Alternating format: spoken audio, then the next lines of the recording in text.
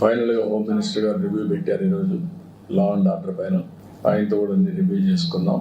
Review చేసిన తర్వాత home minister గారు నేను గడిచినటువంటి టెక్నాలజీ, న్యూ క్రిమినల్ లా ఇవన్నీ రివ్యూ చేస్తున్నారు. Part of his ministry. ఇప్పటికీ ఒక 24 రాష్ట్రాలని రివ్యూ చేశారు. ఈరోజు మంది కూడా అయింది. దానికి కొన్ని సూచనలు ఇచ్చారు, అవన్నీ చేస్తున్నాం.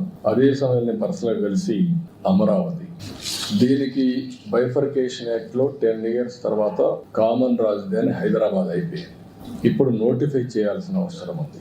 ఇంత మునిపే అమరావతిని క్యాపిటల్ గా చెప్పారు, రికగ్నైజ్ చేశారు. ఇప్పుడు యాక్ట్ లో పెట్టారు కాబట్టి 10 years అయింది కాబట్టి దీన్ని యాక్ట్ లో పెట్టి బైఫర్కేషన్ యాక్ట్ లో నోటిఫై చేయాల్సిన అవసరం ఉంది. అది కూడా చెప్పాను, చేస్తా ఉన్నారు. అమెండ్మెంట్స్ తీసుకొస్తామని చెప్పి హామీ ఇచ్చారు. అదే మరి రాయలసీమలో ఉండే వాలంటీర్ ఆర్గనైజేషన్ RDT, ఆ విషయం కూడా మన హోమ్ మినిస్టర్ గారి దృష్టి తీసుకొచ్చాను. ఎందుకంటే one of the best servicing organisation అది.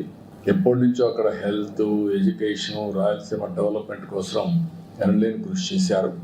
నేను లెటర్ ఇచ్చి దీన్ని తప్పకుండా కన్సిడర్ చేయాలని రిక్వెస్ట్ చేశాను. అది కూడా ఎగ్జామిన్ చేస్తానని చెప్పి హామీ ఇచ్చారు. ఈ బ్రీఫ్గా నిర్మలా సీతారామన్ గారి దగ్గరికి వచ్చినప్పుడు మాకుండే ఫైనాన్షియల్ ప్రాబ్లమ్స్ అన్నీ ఎప్పటికప్పుడు ఎక్స్ప్లెయిన్ చేసి, ఇంకా బెయిల్అవుట్ కావడానికి ఇంకా కొంచెం టైం పడుతుంది, ఏ విధంగా చేస్తారో శాసకి కింద కానీ, లాస్ట్ టైం ఒక స్కీమ్ పెట్టారు, పూర్వోదయ స్కీమ్ పెట్టారు.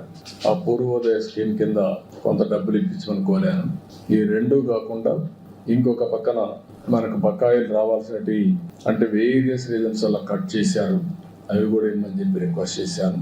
ఇవి కాకుండా ఫైనల్గా మనకచర్ల, పోలవరం ఆర్థిక సహాయం చేయడానికి ఫైనాన్షియల్ స్ట్రక్చరింగ్ కోసం రిక్వెస్ట్ చేశాను. దానికి కూడా వర్షంగా ఉన్నాను.